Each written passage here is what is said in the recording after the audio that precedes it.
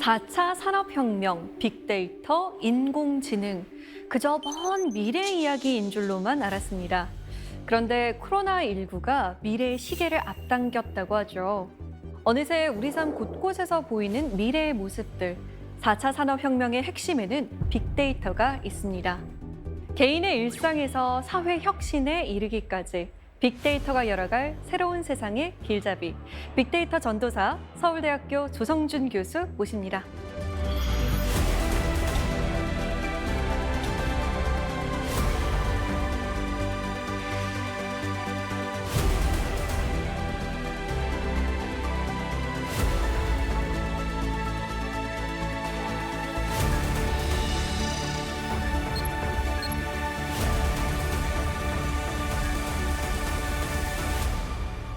교수님 반갑습니다. 안녕하세요. 네, 안녕하세요. 빅데이터라는 말을 우리가 일상에서 쓰면서도 막상 빅데이터가 그래서 뭐야? 라고 물어보면 약간 말문이 막히는 것 같아요. 그렇죠. 네. 그렇지만 우리 일상에 이미 다 들어와 있는 것이 빅데이터입니다. 아침에 일어나서 우리가 뭐 합니까? 일기예보 핸드폰을 보고 보고. 핸드폰 네. 보면서 일기예보 보고 간밤에 카톡 왔나 보고 그렇죠? 왔으면 또 보내고 맞아요. 그다음에 집에 나갈 때 CCTV 우리 다 찍잖아요. 네. 그다음에 내비게이션 켜고 가죠. 지하철 탈 때 교통카드 찍죠. 이것들이 전부 다 빅데이터의 재료입니다. 사실 빅데이터 하면 좀 막막하게 느껴졌는데 오늘 강연을 들으면서 빅데이터를 차근차근 알아가는 시간이 되기를 기대해 보겠습니다. 오늘 강연 잘 부탁드립니다. 네.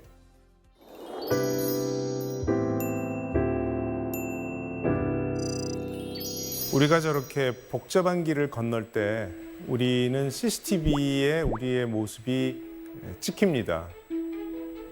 언제, 어디서, 누구와 길을 걸어가고 있는지가 다 기록이 되는 거죠. 저게 빅데이터입니다. 여러분이 운전을 하고 다니면 우리가 내비게이션을 켜잖아요.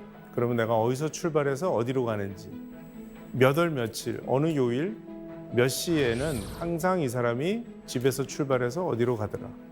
이런 것들이 다 빅데이터입니다. 우리가 지하철을 탈 때도 마찬가지예요. 출근할 때는 일정한 시간에 일정한 곳에서 지하철을 타게 되죠. 그러면 제 교통카드에 기록이 다 남는 거죠. 호랑이는 죽어서 가죽을 남기고 사람은 죽어서 이름을 남긴다 그랬어요. 맞습니다. 그런데 이제 21세기 현대인은 죽어서 뭘 남겨요? 데이터를 남깁니다.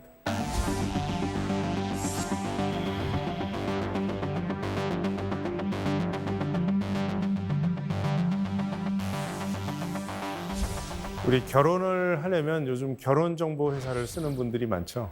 네. 거기 가면 어떤 일이 벌어지나요? 저에 대한 모든 정보를 제공합니다. 또 제가 만나고 싶은 이성에 대해서도 제가 다 얘기를 합니다. 그리고 저는 집에 돌아와요. 자, 그러면 저는 뭘 남기고 오나요? 저에 대한 데이터를 남기고 오는 거예요. 나이는 몇 살이고, 직업은 뭐고, 취미는 뭐고, 어떤 유형의 상대방을 만나고 싶은지 저의 모든 것들이 다 데이터로 바뀌는 거예요. 그래서 그 데이터베이스에 이미 들어가 있는 상대방 중에 저와 잘 맞을 만한 후보를 데이터와 데이터의 매치로 찾아주는 겁니다. 우리가 하는 말 전부 데이터화됩니다. 특히 여러분들이 콜센터에 전화해서 문의를 한다거나 항의를 한다거나 막 이렇게 얘기를 하는 것들이 전부 음성으로 녹음이 되죠. 녹취된다 그러죠. 그것도 다 데이터입니다. 그 녹취된 데이터를 가지고 AI를 적용하면 그 음성이 문서로 바뀝니다. 제가 한 말이 글로 바뀌는 거죠. 그럼 거기에 어떤 단어가 들어갔는지를 가지고 기업들이 분석을 합니다. 그다음에 우리가 전 국민이 사용하고 있는 소셜 미디어, 특히 카톡을 생각해 보시면 카카오톡은 우리가 친구와 대화를 하는 중요한 용도인데요. 이 카카오톡을 통해서 무엇을 할 수 있냐면 저의 인간관계를 알 수가 있어요. 저는 누구와 일주일에 몇 회 카톡을 주고받는지. 자, 이것들을 1년 동안 쭉 데이터를 우리가 모아볼 수 있다면 나는 누구랑 친한지, 누구랑 덜 친한지, 누구랑 전혀 안 친한지 또는 누구는 전혀 모르는 사람이라서 카톡을 한 번도 주고받은 적이 없는지 이런 것들이 전부 숫자로 표현이 됩니다. 물론 우리가 과거에도 친한 친구가 있고 덜 친한 친구가 있고 모르는 사람이 있었지만 그것은 상당히 주관적이고 관념적인 수준이었다면 지금은 그것이 정확한 숫자, 횟수, 빈도수로 표현이 될 수가 있어요. 뉴욕에 있는 증권거래소인데요. 어떤 주식을 얼마에 샀고 얼마에 팔았다. 누군가가 샀고 누군가가 팔았다. 이런 것들이 전부 데이터가 되겠죠. 그런데 생각해 보시면 주식뿐만 아니라 선물, 옵션, 장외거래, 채권 이런 수많은 금융 상품들이 사고 파는 그 모든 거래가 전부 데이터로 기록이 된다. 하루 종일 우리 한국에서 일어난 여의도 증권거래소에서 일어난 모든 거래가 다 기록이 되고요.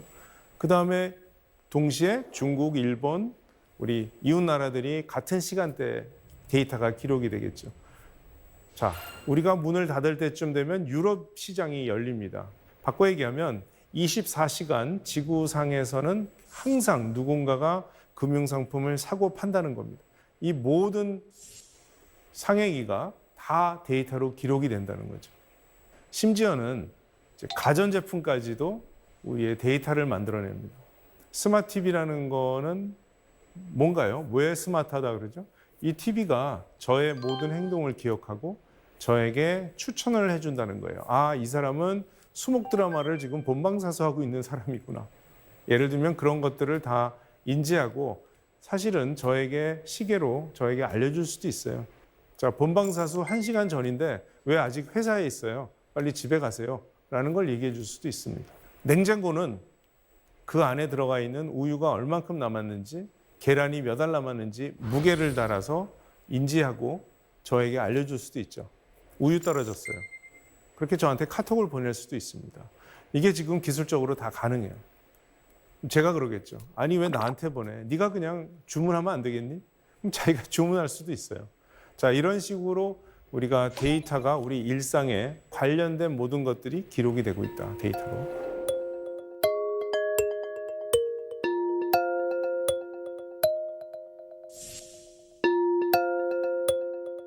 그러면 이 빅데이터를 우리가 어떻게 바라봐야 되는가? 그냥 우리를 많이 관찰하고 우리의 모든 행동과 생각이 기록이 된다면 이거를 우리가 어떤 관점에서 바라봐야 되는가 하는 거죠. 어떤 사람들은 빅데이터를 저렇게 VVV 세 단어로 이야기합니다. 첫째, 버라이어티, 다양하다. 즉 숫자뿐만 아니라 음성, 이미지, 문서, 다양하다. 또 벨로시티라는 단어는 속도라는 뜻입니다. 데이터의 생성 속도가 엄청나게 빠르다는 거죠. 저렇게 설명할 수 있어요. 또 마지막으로 데이터의 볼륨이 크다. 굉장히 양이 많다. 자, 그런데 저거는 그냥 빅데이터의 특징이지 빅데이터의 본질은 아닙니다. 여러분들이 IT를 종사하는 사람이 아니라면 저 VVV에 대해서는 사실은 그다지 신경 쓸 필요가 없습니다. 왜? IT 전문가들이 저 문제를 다 해결해 줬으니까요.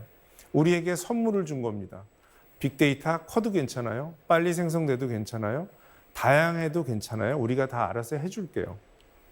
그럼 우리가 IT 전문가가 아니라면 우리는 어떤 관점에서 봐야 되느냐? 바로 저 관점으로 봐야 됩니다. 빅데이터는 인사이트로 바뀌고 그 인사이트가 밸류로 바뀐다.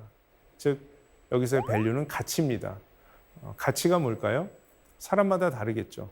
기업의 입장에서는 밸류는 매출 증대요, 비용 감소요, 수익 증대 이런 것들이 기업이 추구하는 가치가 되겠죠.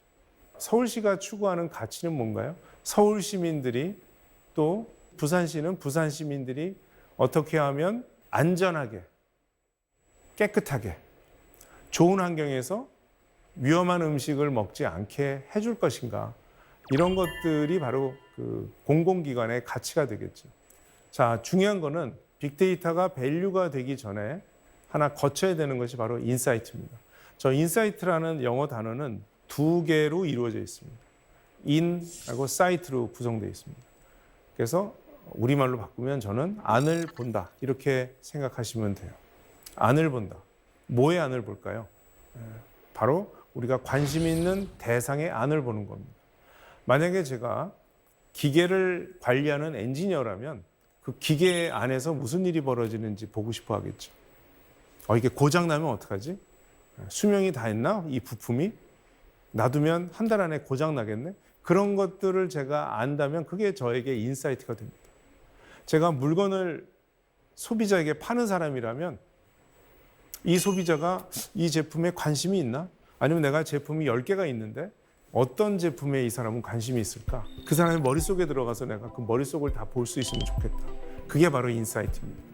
지금 기계가 어떻게 돌아가는지, 저 사람이 어떤 생각을 하는지를 내가 볼 수 있는 거, 그 안을 볼 수 있는 게 바로 인사이트고요. 그게 바로 빅데이터에서 올 수 있다는 겁니다. 그래서 크게 두 가지 과정을 거쳐서 빅데이터는 밸류로 만들 수가 있습니다. 첫 번째, 데이터를 인사이트로 만들어주는 사람이 요즘 굉장히 이런 표현을 많이 들어보셨을 텐데 데이터 사이언티스트입니다. 두 번째, 저 인사이트를 가지고 어떤 가치를 만들어내는 사람은 의사결정자예요. 자, 의사결정자는 어디 있어요? 모든 회사의 데이터 사이언티스트 아닌 모든 사람이 의사결정자입니다. 뭐 회장님부터 어제 입사한 신입사원까지 전부 다 의사결정자입니다. 물론 다양한 유형의 의사결정을 하죠. 다른 의사결정을 하지만 다 의사결정자입니다. 저분들이 필요한 게 인사이트고 저분들이 인사이트를 가지고 어떤 액션을 함으로써 밸류를 만들어낼 수 있어요. 데이터 사이언티스트는 빅데이터를 가지고 그 의사결정자들이 필요한 인사이트를 만들어주는 사람입니다. 그때 사용하는 도구가 바로 AI, 데이터 마이닝, 애널리틱스라는 것들입니다. 자, 지금 데이터가 인사이트를 거쳐서 가치로 넘어가는 이 과정은 우리가 마치 식재료를 가지고 셰프가 요리해서 파스타를 만든 다음에 그 음식점에 고객이 들어와서 식사하고 그 다음에 행복감을 느끼는 거와 똑같습니다.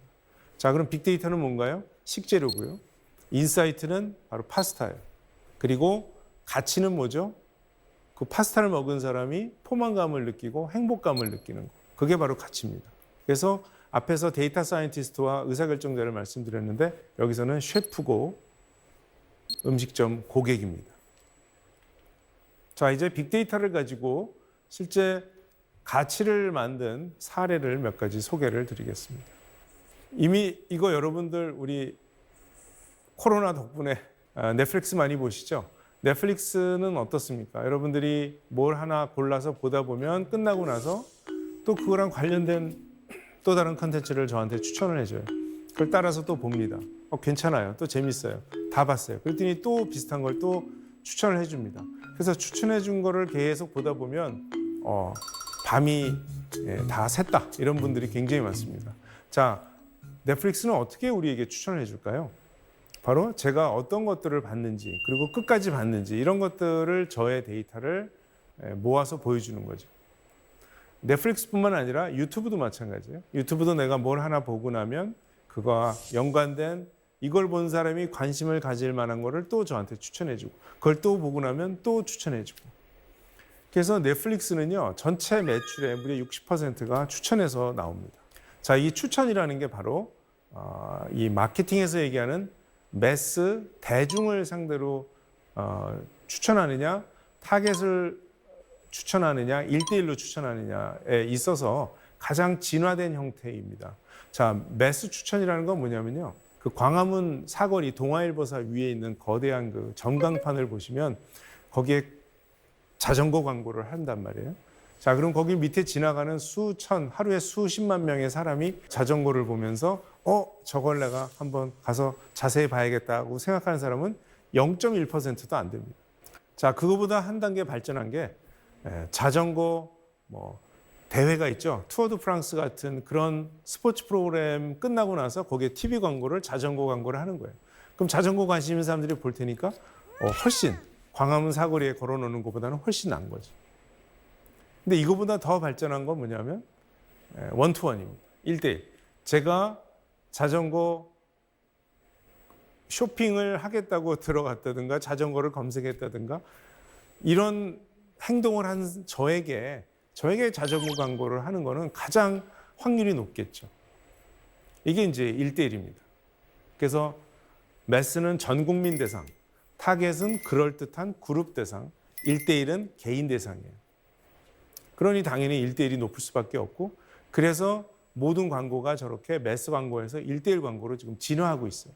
점점 모바일 광고로 광고비가 몰리고 있습니다. 영업 마케팅에서만 빅데이터를 쓰는 게 아닙니다. 빅데이터를 제일 열심히 쓰는 곳은 사실은 제조입니다. 제조.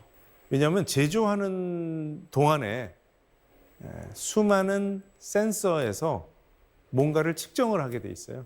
온도를 측정하죠. 압력을 측정하죠. 어떤 가스의 농도를 측정하죠. 계속 측정을 합니다. 그런 것들이 다 데이터화되고 있고 그런 것들이 많이 모이면 결국 우리가 그걸 빅데이터라고 합니다. 근데 왜 공정에서 이렇게 데이터를 많이 모을까요? 그 이유는 결국 품질을 우리가 어떻게 관리할 거냐의 문제입니다.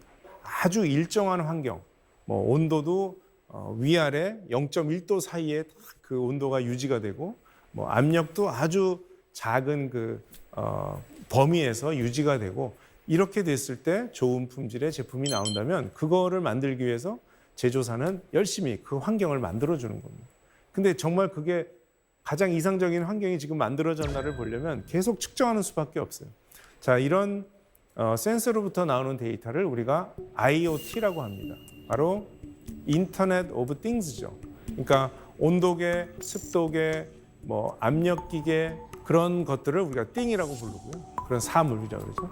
그것들에서 측정한 것들이 인터넷을 타고 유선 또는 무선 인터넷을 타고 한 군데 다 모으겠죠. 그래서 그것들을 바로 사물들의 인터넷이다. 그래서 사물들의 인터넷이 있으면 당연히 빅데이터가 생길 수밖에 없어요. 제가 앞에서 말씀드린 소셜미디어가 하나의 커다란 그 데이터의 소스라면 여긴 또 IoT가 또 다른 빅데이터의 소스가 되겠습니다. 금융에서도 빅데이터가 정말 많이 쓰입니다. 우리 신용카드를 우리가 쓰는데 가끔 가다가 우리 그 신용카드 번호가 어떻게 새나가서 좀 좋지 못한 사람들 손에 들어가면 우리 자고 있는 시간에 갑자기 해외에다가 뭐 물건을 주문한다든가 이런 일들이 벌어집니다.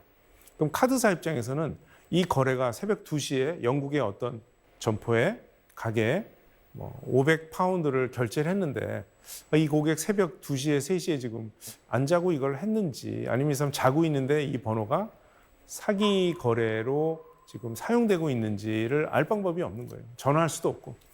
그래서 이거를 방지하기 위해서는 그 과거에 결제됐던 수많은 정상적인 결제, 그다음에 사기 결제 이런 것들을 빅데이터를 모아가지고 이것도 또 AI 시스템을 만들 수가 있습니다. 그럼 그 AI 시스템은 24시간 우리가 자고 쉬고 식사하는 동안에 얘는 계속 결제, 거래를 다 보면서 이거는 사기야, 이건 사기가 아니야, 이거는 좀 이상해, 이거는 중간쯤 돼, 뭐 이런 것들을 다 계산해낼 수가 있는 거예요. 자, 그럼 나중에 사람이 와서 쭉 모아서 수상하다고 얘기하는 것만 보면 판정을 할 수가 있겠죠. 이렇게 빅데이터를 가지고 많은 가치를 만들 수가 있습니다. 그런데 정말 이거를 어떤 방식으로 이렇게까지 만들 수 있는가? 그냥 데이터만 있으면 분석하면 뚝딱 하고 나오는가? 그 말씀을 좀 드리겠습니다. 우리가 빅데이터를 가지고 밸류를 만들려면 4가지 절차를 밟아야 됩니다. 자, 첫째가 빅데이터 분석을 기획을 해야 됩니다. 자, 기획이라는 건 말 그대로 계획 세우는 겁니다. 자, 무슨 계획이 필요할까요? 바로 데이터, 인사이트, 밸류에 대해서 무슨 밸류를 만들 거냐, 어떤 인사이트를 가지고 우리가 밸류를 만들 수 있느냐, 그러려면 데이터는 어떤 데이터가 필요하냐, 그 데이터 우리한테 있냐, 있으면 한번 보자, 봤더니 진짜 괜찮네, 아니면 이거 안 되겠네, 뭐 이런 것들을 다 확인해야 되겠죠. 우리가 요리랑 똑같아요. 여러분 오늘 점심에 뭐 먹을까, 뭐 이런 생각하죠. 그때 어떤 기준으로 요리를 결정합니까? 나의 필요함, 무엇이 필요하고 무엇을 원하는가. 아, 너무 추워요. 그러면 뭐 따뜻한 걸 먹고 싶겠죠. 어젯밤에 술을 많이 마셨어요. 그러면 해장하고 싶죠. 그러면 그 다음 단계가 그 음식을 파는 음식점을 찾아가겠죠. 냉면을 먹고 싶으면 냉면집에 찾아가요. 그러면 이제 나가서 냉면을 시킬 거고, 그러면 냉면을 만드는 셰프는 뭘 찾아요? 국수가 있나? 육수가 남아있나? 뭐 이런 재료를 찾겠죠. 자, 그런 과정을 우리가 기획이라고 합니다. 그럼 기획은 누가 해야 될까요? 바로 음식점을 찾아간 사람, 먹을 사람이 해야 된다. 자, 그러면 바로 제가 데이터 사이언티스트와 의사결정자로 놓고 봤을 때 기획은 의사결정자가 해야 됩니다. 그 다음 단계가 이제 데이터를 가지고 인사이트를 만드는 과정인데요. 제가 앞에서도 말씀드린 거죠. 그거는 데이터 사이언티스트가 하는 과정이고요. 세 번째 단계가 바로 그렇게 도출된 인사이트를 한번 체크해 보는 것이 세 번째 단계가 되겠습니다. 체크한다는 거는 뭐예요? 아까 요리가 나오면 요리를 보는 거죠. 아, 이게 내가 주문한 게 맞나? 냄새도 맡아보고 맛도 보고. 자, 그게 이제 체크입니다. 마지막으로 인사이트를 가지고 밸류를 만드는 과정. 요리를 먹는 과정이 되겠습니다. 맛있게 먹으면 돼요. 그러면 이제 내가 원했던 결과가 나오겠죠. 배고팠으면 포만감이 느껴지고 추웠으면 따뜻해지고 그 먹고 싶었던 그 파스타를 먹으면서 굉장히 행복감을 느낄 겁니다. 이렇게 당연히 4번도 음식점에 들어온 고객이고요. 바로 의사결정자의 역할입니다. 자, 이제 그럼 빅데이터를 가지고 혁신을 하려면 어떤 조건이 필요할까요? 제일 중요한 거는 기획을 할 수 있어야 됩니다. 이 기획이 제가 보기에는 60% 이상이에요. 기획을 잘해야만 성공합니다. 기획을 제대로 못하면 성공할 수가 없어요. 그럼 기획은 누가 하느냐? 의사결정자가 한다고 말씀을 드렸고요. 그러면 의사결정자가 기획을 할 수 있는가? 이게 이제 문제인데요. 그거는 교육을 받아야 됩니다. 그냥 할 수 있는 건 아니에요. 무슨 교육을 받아야 될까요? 바로 빅데이터에 대한 교육을 받아야 되고 AI에 대한 기본적인 교육을 받아야 돼요. 두 번째는 그 데이터가 양과 질 좋아야 됩니다. 이걸 우리가 정합성이라고 그러죠. 이 방의 온도를 쟀다. 이 데이터는 이 온도 데이터예요. 근데 정말 그 데이터를 딱 열어보니까 750 이런 숫자가 있어요. 자, 이게 뭐죠? 어떻게 이 방이 750도가 될 수가 있어요? 이거는 누가 봐도 말이 안 되는 거다. 뭔가 잘못된 숫자가 들어가 있다. 이런 것들을 우리가 정합성 체크라고 하는 거죠.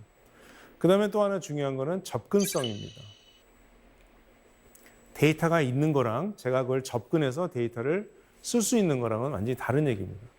기계가 2개가 있으면요, 이 기계 관리하는 사람이 저 기계의 데이터를 접근할 수가 없어요.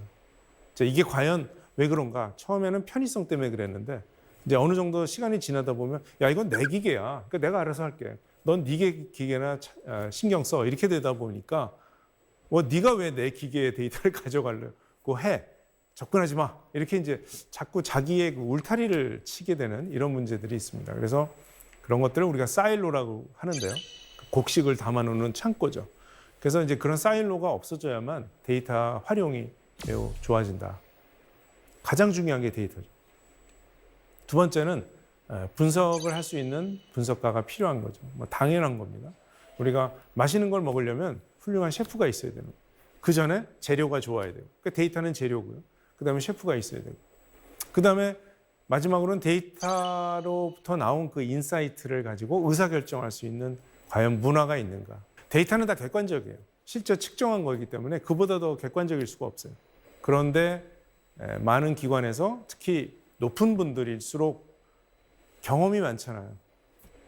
그리고 또 하나는 감으로, 그전까지는 감으로 의사결정을 많이 했고 데이터 없이도 너무나 감이 좋아서 승진하는 분들이. 그러다 보니까 그 사람들 생각에 야, 데이터를 왜 봐? 딱 보면 난 다 알아. 내가 시키는 대로 해. 내 주관이 객관보다 더 정확해. 라는 그런 생각에 꽉 차 있는 경우들이 많습니다. 자, 그런데 그거를 어떻게 우리가 객관적인 데이터로부터 나온 인사이트를 거기다가 조합을 해서 더 한 단계 성장할 수 있느냐 하는 거는 결국은 그 조직이 가지고 있는 그런 열린 마음, 그런 문화. 한번 데이터를 한번 믿어보자. 다 믿기 불편하면 10%만 적용해보고 괜찮으면 20%, 괜찮으면 40% 이렇게 늘려나가자. 이런 단계적인 접근법도 있습니다. 사실 재밌는 거는 여러분들 잘 아시는 알파고 기억나시죠? 그 알파고가 등장함으로써 많은 사람들이 인공지능에 대해서 놀라고 공포감까지 느꼈는데요. 동시에 많은 전문가들이 많이 겸손해졌습니다. 그거는 제가 보기에 상당히 좋은 효과라고 생각하는데 이런 거예요. 이세돌 구단 최고의 바둑 전문가 아니에요? 알파고가 붙었죠. 사람이 보기에 알파고가 하는 행동들이 이해가 안 돼요. 얘 뭐 하는 거지? 희한한 데다가 놓네. 점점 이상하네. 얘가 지금 무슨 짓을 하는지 난 전혀 모르겠는데 왜 여기서 이러고 있지? 라고 하다가 어느 순간에 하다가 진 거예요. 바꿔 얘기하면 우리 사람 전문가가 그동안 알고 있던 어떤 승리의 공식, 소위 말해서 정석, 바둑은 이렇게 둬야만 이겨 하는 그 정석들이 수십 개, 수백 개가 있겠죠. 우리 이세돌 구단 같은 사람은 그 수백 개를 머릿속에 다 꿰차고 있는 인간 최고의 기사인데도 불구하고 알파고는 그게 아닌 그 100개가 아닌 101번째 난생 처음 보는 이상한 방법으로 나를 공격해 오는 거예요. 이거는 전문가가 그동안 알지 못했던 그런 경험에서 한 번도 보지 못했던 그런 이상한 방법인 거죠. 그 이상한 방법이 바로 수많은 기보를 보고 학습한 그 인공지능의 결과입니다. 자, 그래서 그걸 보고 많은 전문가들이 내가 생각하는 정답으로 가는 이 물건을 파는 이 물건을 만드는 방법이 10가지인데 인공지능이 이 얘기하니까 11번째 방법도 이게 완전히 엉터리가 아닐 수도 있잖아. 이런 생각들을 하게 되는 거죠. 그래서 굉장히 겸손해졌습니다. 전에는 내가 아는 거 아니면 다 이건 진실이 아니야, 진리가 아니야 이렇게 생각했는데 이제는 아니야, 내가 다 아는 게 아닐 수도 있어 라고 상당히 겸손해졌다. 교수님, 알파고 등장 이후에는 사람들이 할 일이 없어지는 건 아닌가, 알파고에 다 의지해서 가야 되는 거 아닌가 이런 생각도 들거든요. 뭐 그렇게 될 수도 있습니다. 근데 그거는 이제 앞으로 한 200년, 300년 후 정도가 돼야 될 것 같고요. 지금 AI가 잘하고 있지만 AI가 근본적으로 못하는 거는 의도가 없습니다. 그러니까 이세돌 구단은 아주 어렸을 때 자기가 훌륭한 기사가 되겠다고 결심해서 지금 온 건데 네. 알파고는 그런 결심을 한 적이 없어요. 그리고 저도 감정도 없어요. 내가 이거 계속 할까? 알파고는 거기 왜 나왔을까요? 그냥 세팅되어서. 그렇죠. 자의식도 없고, 네. 자의식이 없고, 뭐 인생의 목표도 없고, 그냥 아무것도 없는 거예요. 그냥 걔는 바둑판을 보면 어디다가 돌을 놔야 되는지만 아는 그냥 단순 프로그램이라고 보시면 돼요. 그래서 물론 사람이 하는 일을 이것저것 도와주는 용도로, 그렇지만 뭐 소설가들이 하듯이 우리가 뭐 AI의 지배를 받는다든가 뭐 지구에서 쫓겨난다든가 이런 얘기는 물론 확률이 0이냐? 그러면 0은 아니지만 너무나 먼 얘기라서 가능성은 좀 없어 보입니다. 우리 젊은이들은 특히 빅데이터 시대에 뭐 어른들은 그래요. 젊은이들이 앞으로 걱정된다. 얘네들은 인공지능이랑 싸워야 된다. 뭐 이런 얘기를 하는데요. 그게 상당히 도전이 될 수도 있지만 저는 좋은 점도 상당히 많다고 생각합니다. 우리가 지루하고 하기 싫은 일들을 AI가 많이 대체해 줄 겁니다. 그럼 사람은 좀 더 창의적이고 좀 더 멋있는 일을 하면서 시간을 보낼 수가 있게 되는 거죠. 근데 특히 젊은이의 특징, 저는 좋은 면으로 어떤 거를 생각하냐면 지금의 젊은 세대는 아주 어렸을 때부터 이 소위 디지털 기기를 갖고 놀면서 컸어요. 그래서 친구들과 놀이하는 것보다는 아이패드를 보면서 성장한 세대인데 바로 데이터를 본인이 직접 생산하고 본인이 직접 데이터를 소비하면서 아주 유아 시절부터 데이터의 생산 소비를 몸소 겪었다. 뭐 40대, 50대, 60대들과는 완전히 그런 면에서 다르다라는 거고요. 또 하나는 아직 젊기 때문에 데이터 분석, AI를 공부할 수 있는 기회가 굉장히 많다. 세 번째는 기성세대와의 차별성을 데이터 맹 탈출로 할 수 있다. 데이터 맹이 뭘까요? 데이터를 읽지 못하는 사람이 데이터 맹입니다. 우리나라 80년대에는 뭐가 나왔어요? 컴맹이 등장했어요. 사실 컴맹이 등장한 게 아니라 컴퓨터가 등장함으로써 컴맹이 돼버린 거예요, 졸지에. 난 정상적인 똑똑한 사람이었는데 갑자기 나보고 사람들이 컴맹이래. 근데 다들 열심히 컴퓨터를 배워서 이제 컴맹이란 말도 거의 안 씁니다. 지금은 근데 대맹의 시대예요. 데이터가 등장했잖아요. 그러니까 많은 사람들이 이 속수무책으로 대맹이 돼버린 겁니다. 젊은이들은 이 대맹을 탈출하고 기성세대와는 완전히 다른 데이터를 보는 관점, 그 데이터를 활용하는 그런 면에서 훨씬 더 유리한 고지에 있다. 이렇게 말씀을 드릴 수가 있습니다. 그래서 미래는 데이터를 이해하는 사람이 지배하는 세상이 될 겁니다. 이미 돼가고 있고요. 그리고 기업으로 보면 데이터를 이해하고 활용하는 기업이 지배하는 세상이 되고 있습니다.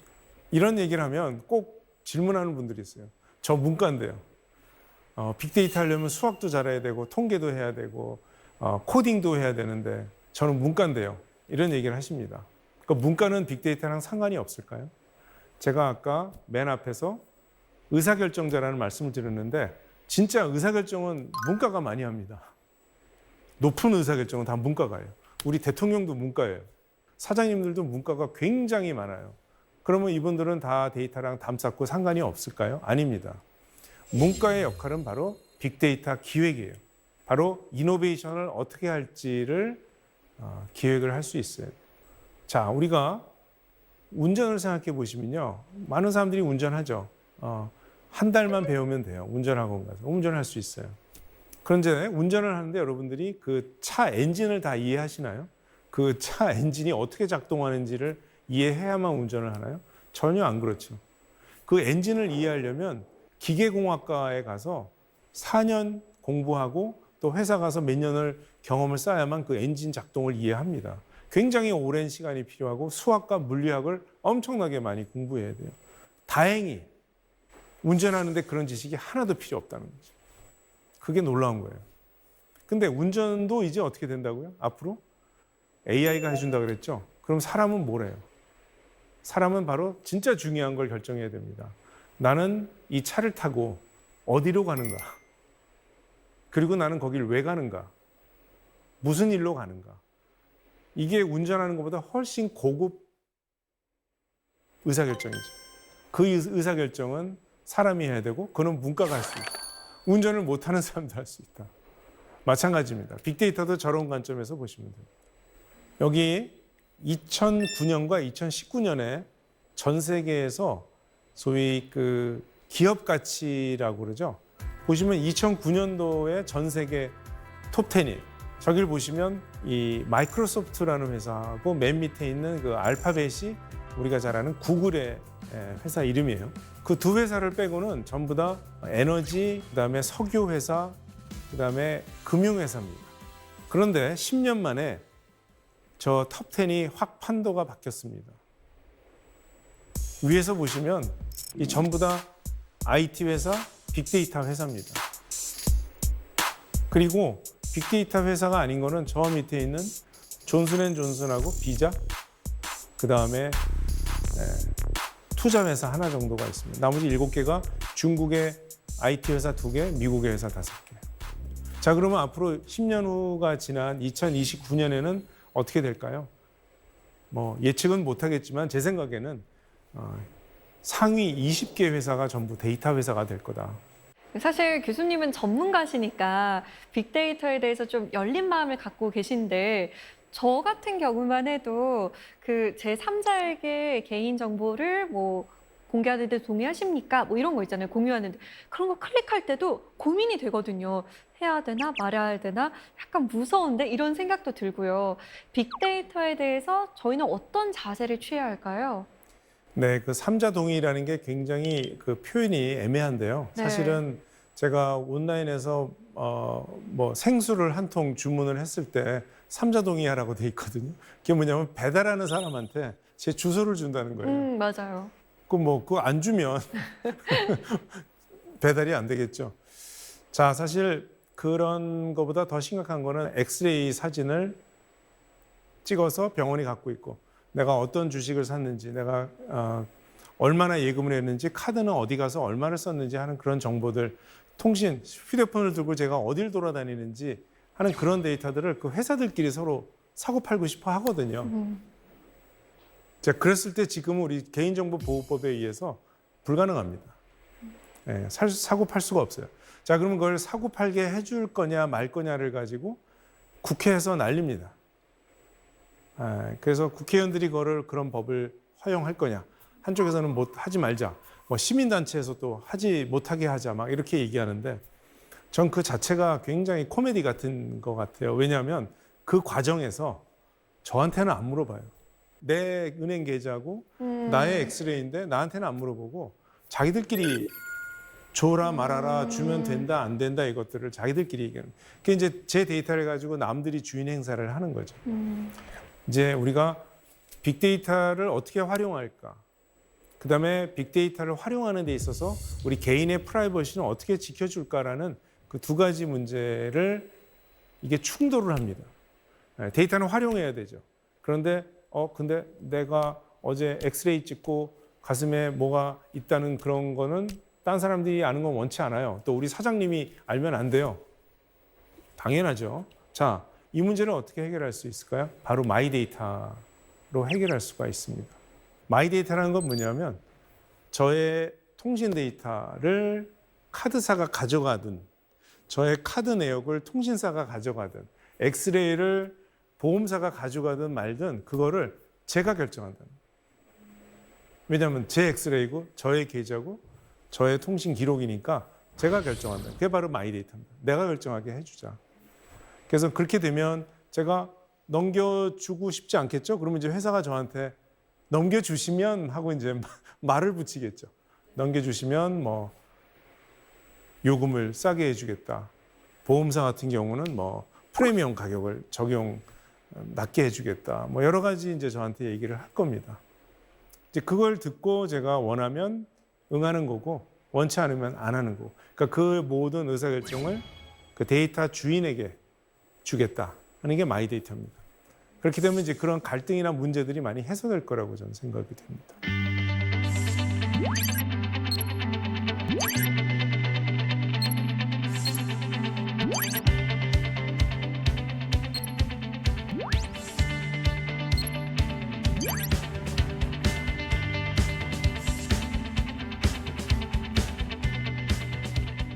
자, 빅데이터는 위험하지 않나요? 위험할 수 있습니다. 바로 데이터가 집중된다는 거죠. 특히 우리가 잘 알고 있는 구글, 페이스북, 인스타그램. 와, 거기에 내가 모든 일상을 다 올리는데 내가 어느 친구랑 만나서 뭐 했는지 다 올리는데 그 심지어 어떤 사람은 자기가 지금 연애 중이다. 아니, 나 연애 끝났다. 이런 것까지 페이스북에 다 올립니다. 그 다음에 여러분, 우리의 돈은 어디 있나요? 은행에 다 들어가 있죠. 내 전 재산이 얼마인지 은행은 다 알 것 같아요. 물론 그럴 걸 대비해서 내가 여러 은행에 돈을 나눠놨지만 결국은 다 합쳐놓으면 알 수 있지 않을까요? 내가 어떤 주식을 가지고 있는지 증권사는 다 알고 있다. 내가 카드를 한 달에 얼마 쓰는지 카드사는 다 알고 있다. 게다가 어디서 쓰는지도 다 알고 있다. 내가 어떤 병에 걸렸고 뭐 지금은 낫지만 또 내가 지금 현재 어떤 상태인지 병원이 다 알고 있다. 보험사도 내가 뭐 보험 청구를 하니까 다리가 지난 겨울에 뭐 다리가 다쳐서 내가 무슨 수술을 했다 이런 거 보험사들이 다 알고 있다. 통신사는 내가 누구랑 전화하는지 다 알고 있죠. 누구한테 문자를 보냈는지 다 알고 있죠. 심지어 내가 어딜 돌아다니는지 다 알고 있습니다. 왜냐하면 우리가 손에 이 보물처럼 들고 다니는 스마트폰이 저랑 문자와 통화를 연결시켜주기 위해서 쉬지 않고 계속 기지국을 찾잖아요. 그러면 민간 회사만 데이터를 많이 갖고 있나요? 아닙니다. 정부기관도 굉장히 많이 갖고 있습니다. 미국의 CIA나 NSC라는 곳은 그 9.11 테러 사건 이후에 애국자법을 만들어요. 그래서 이거에서 영장 없이 데이터 수색을 할 수 있어요. 그러니까 여러분들이 가지고 있는 페이스북의 내용을 CIA가 언제든지 볼 수 있습니다. 판사가 봐도 돼 이런 영장 안 줘도 그냥 가서 볼 수 있어요. 우리나라 질병본부청, 이제 최근에 청이 됐죠. 는 뭘 갖고 있어요? 우리의 의료 기록, 처방전, 신용 체크카드 이거 좀 다 볼 수 있죠. 교통카드도 볼 수 있고 CCTV도 볼 수 있고요. 우리가 통신 기록도 하고 휴대폰 전파 탐지까지 하고 있고요. 또 우리 열심히 QR코드 찍죠. 네, 이거 다 보고 있어요. 네, 물론 코로나라는 지금 매우 위험한 그런 비상 상태이지만 지금 이런 질병본부청이 확보한 데이터는 사실 우리가 빅데이터 얘기할 때 항상 나오는 빅브라더라고 우리가 불러도 누가 아니다라고 얘기할 수 없을 정도로 지금 데이터가 한 곳에 집중돼 있다.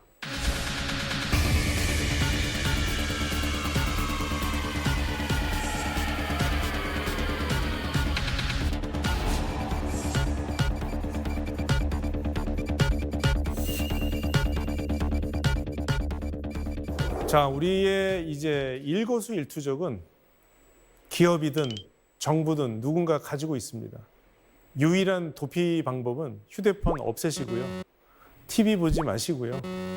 그냥 어디 산속에 들어가서 혼자 계시는 방법밖에 없어요. 비현실적입니다. 그래서 우리는 이제 빅데이터 안에서 산다. 공기처럼 물처럼 우리의 삶의 일부가 된 게 빅데이터입니다. 자, 이제 이렇게 피할 수가 없다면 뭐 즐기라 이런 말도 있죠. 빅데이터를 즐기던가, 즉 빅데이터를 가지고 여러분들이 직접 분석가가 되든가, 기획을 해서 내 업무에 도움을 받든가, 아니면 이걸 가지고 창업을 하든가, 아니면 이 빅데이터를 활용해서 내가 만든 빅데이터를 기업에 보내주고 반대급부를 받는 마이데이터에 적극 참여하든가 하셔야 됩니다.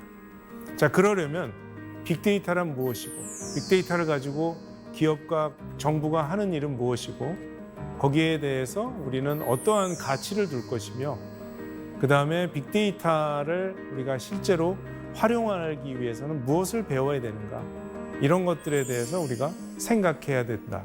이런 말씀을 드리고 마치겠습니다.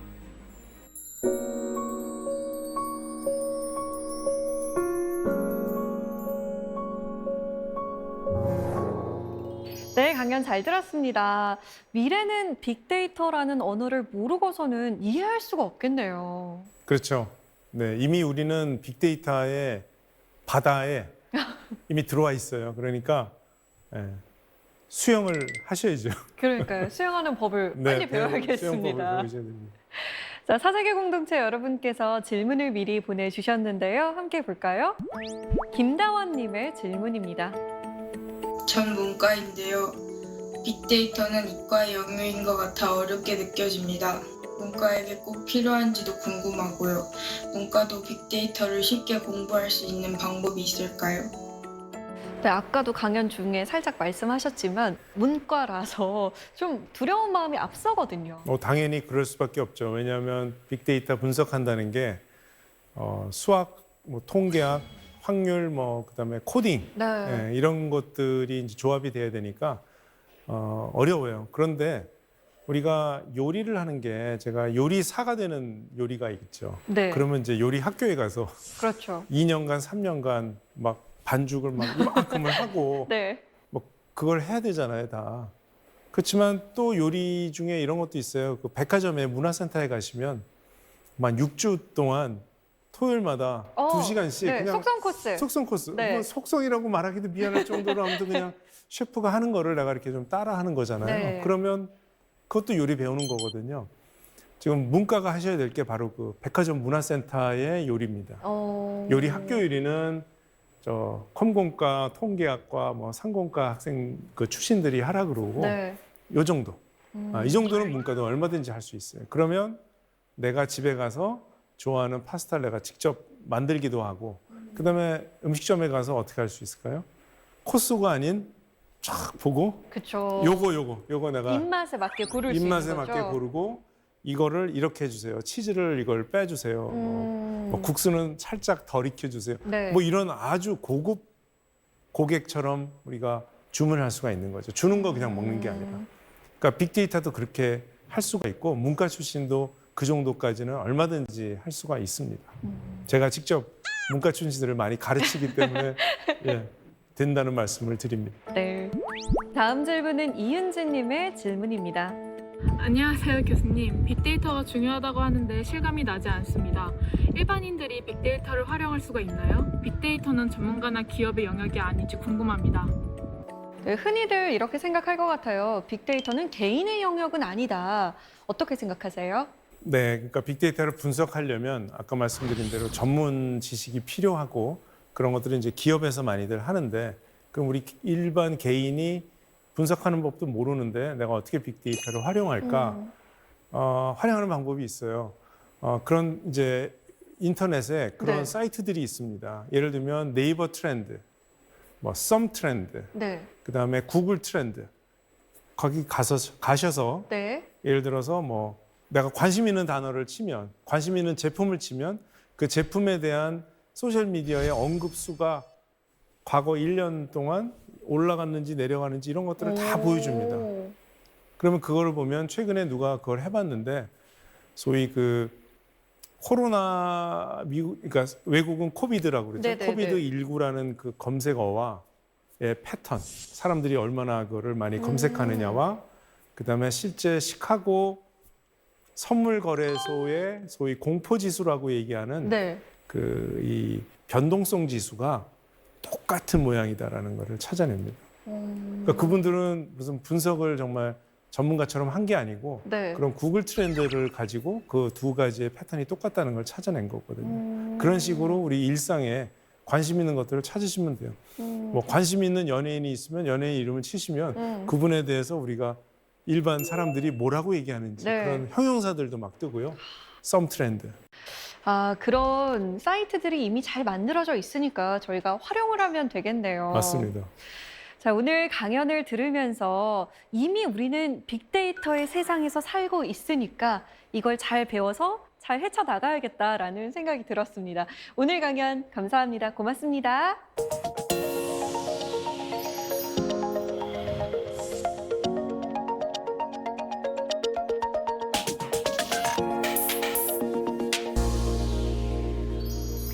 한 여행가가 자유롭게 세계를 누비다가 자신이 살던 도시로 돌아왔습니다. 여행과 달리 숨가쁜 속도전을 살아가는 일상 속에서 그는 자신만을 위한 30분을 만들기로 합니다. 그리고 그 30분에 돌고래 시간이라는 이름을 붙여줬죠. 그저 정신없이 흘러가는 것이 아니라 살아가고 있다는 것을 실감하는 시간. 우리는 어쩌면 이름만 붙이지 않았을 뿐 저마다 자신만의 돌고래 시간을 갖고 있는지도 모릅니다. 빠르게 변하는 세상 속에서 이 시간이 사세계 공동체 여러분께 돌고래 시간이 되었으면 좋겠습니다. 사세계 공동체 스미다. 저희는 다음 시간에 찾아오겠습니다. 고맙습니다.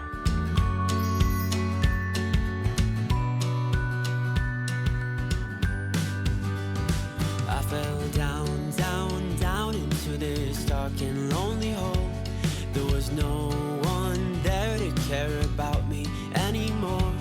And I needed a way to climb and grab a hold of the edge. You were sitting there, holding